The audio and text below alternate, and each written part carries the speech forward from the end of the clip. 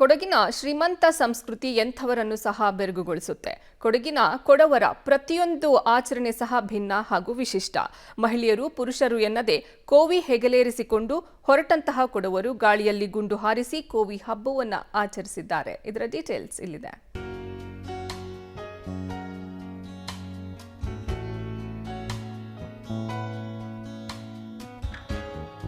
Coffee ನಾಡು ಕೊಡಗು ಪ್ರಕೃತಿ ಸೌಂದರ್ಯದ ಶ್ರೀಮಂತ ಜಿಲ್ಲೆ, ಯೋಧ ಪರಂಪರೆಯ ನಾಡು. ವಿಶಿಷ್ಟ ಸಂಸ್ಕೃತಿಯಿಂದ ಗಮನ ಸೆಳೆಯೋ ಕೊಡಗಿನ ಕೊಡವರ ಪ್ರತಿಯೊಂದು ಆಚರಣೆಯೂ ಗಮನಾರ್ಹ. ಇಲ್ಲಿನ ಜನರಿಗೆ ಕೋವಿ ಬಳಸಲು ವಿಶೇಷ ವಿನಾಯಿತಿಯ ಅನುಮತಿ ಇದೆ. ಇಂಡಿಯನ್ ಆರ್ಮ್ಸ್ ಆಕ್ಟ್ ಸೆಕ್ಷನ್ 3 ಪ್ರಕಾರ ಯಾರಿಗೂ ಇಲ್ಲದ ಅನುಮತಿ ಕೊಡವರಿಗೆ ಇದೆ. ಕೊಡಗಿನ ಜನರ ಹಬ್ಬ ಹರಿದಿನ, ಹುಟ್ಟು ಸಾವು ಎಲ್ಲದರಲ್ಲಿಯೂ ಕೋವಿಯ ಮಹತ್ವವಿದೆ. ಬಂದೂಕು ಕೊಡವರಿಗೆ ಕೇವಲ ಒಂದು ಆಯುಧವಲ್ಲ, ಇದು ಇಲ್ಲಿನ ಜನರ ಧಾರ್ಮಿಕ ಸಂಕೇತ. ಕೊಡವರಲ್ಲಿ ಕೋವಿಗೆ ಪೂಜ್ಯ ಭಾವನೆ ಇದೆ, ಪವಿತ್ರ ಸ್ಥಾನವಿದೆ. ಪ್ರತಿ ಮನೆಯಲ್ಲಿಯೂ ಹಬ್ಬ ಹರಿದಿನಗಳೊಂದು ದೇವರಂತೆಯೇ ಕೋವಿಗೂ ಪೂಜೆ ಸಲ್ಲುತ್ತೆ. ಇದೆಲ್ಲದರ ಸಂಕೇತವಾಗಿ ಶುರುವಾಗಿರೋದೇ ಕೋವಿ ಉತ್ಸವ.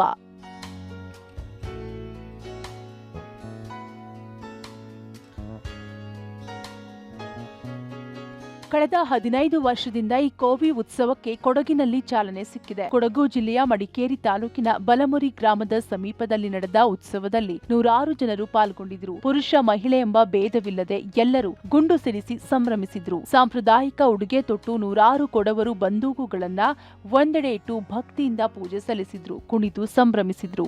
ಈ ತೋಕು ಇದು ಒಂದಕ್ಕೊಂದು ಅವಿನಾಭಾವ ಸಂಬಂಧವನ್ನು ಇದೆಲ್ಲವೂ ನಮಗೆ ಪರಮ ಪವಿತ್ರ ಅನ್ನೋದನ್ನ ಸರ್ಕಾರ ಮತ್ತು ದೇಶದ ಜನತೆಗೆ ಕೊಡಬೇಕಾಗಿದೆ. ಮತ್ತು ಸಂವಿಧಾನದ 51A ವಿಧಿಯಲ್ಲಿ ಈ ದೇಶದ ಮೇಜರ್ ಕಮ್ಯುನಿಟಿ ಮತ್ತು ಸರ್ಕಾರ ಇಬ್ಬರು ಸೇರಿ ಅವರ ಅಡಿಯಲ್ಲಿ ಬರತಕ್ಕಂಥ ಒಂದು ಸಣ್ಣ ಸಮುದಾಯವನ್ನ ಪ್ರೊಟೆಕ್ಟ್ ಮಾಡಬೇಕು. ಸಮುದಾಯವನ್ನು ಮಾತ್ರ ಪ್ರೊಟೆಕ್ಟ್ ಮಾಡೋದಲ್ಲ, ಸಮುದಾಯದ ಸಂಸ್ಕೃತಿ, ಪರಂಪರೆ, ಅವರ ಆಲೋಚನೆ, ವಿಚಾರಧಾರೆ, ಅವರ ಬದುಕು ಎಲ್ಲವನ್ನ ಪ್ರೊಟೆಕ್ಟ್ ಮಾಡಬೇಕಾಗ್ತದೆ. ಈ ಹಿನ್ನೆಲೆಯಲ್ಲಿ ಸರ್ಕಾರದ ಮುಂದೆ ಇದನ್ನ ಅರಿವಿಕೆ ಕೊಡುವ ದೃಷ್ಟಿಯಿಂದ ಈ ಉತ್ಸವವನ್ನು ತೋಕು ಉತ್ಸವನ ಗನ್ ಕಾರ್ನಿವಲ್ ಅನ್ನ ಸಾರ್ವತ್ರಿಕವಾಗಿ ಕಳೆದ 15 ವರ್ಷಗಳಿಂದ ವಿಶ್ವ ಅಲ್ಪಸಂಖ್ಯಾತ ಜನಾಂಗದ ಹಕ್ಕುಗಳ ದಿನಾಚರಣೆಯ ಅಂಗವಾಗಿ ನಾವು ಆ ದಿವಸ ಇದನ್ನು ಮಾಡ್ತಾ ಬಂದಿದ್ವಿ. ಇವತ್ತು ಕೂಡ ಇಲ್ಲಿ ಕಾಫಿ ಕ್ಯಾಸಲ್ ಕೂರ್ಗ್ ರಿಸಾರ್ಟ್ನಲ್ಲಿ ಈ ಕಾರ್ಯಕ್ರಮ ನಡೀತಾ ಇದೆ. ಡಿಸೆಂಬರ್ 18 ವಿಶ್ವ ಅಲ್ಪಸಂಖ್ಯಾತರ ದಿನಾಚರಣೆ. ಹಾಗಾಗಿ ಕಳೆದ 15 ವರ್ಷದಿಂದ ಈ ದಿನದಂದು CNC ಕೋವಿ ಉತ್ಸವ ಆಚರಿಸಲಾಗುತ್ತಿದೆ. Mallikarjun, public TV, Madikeri.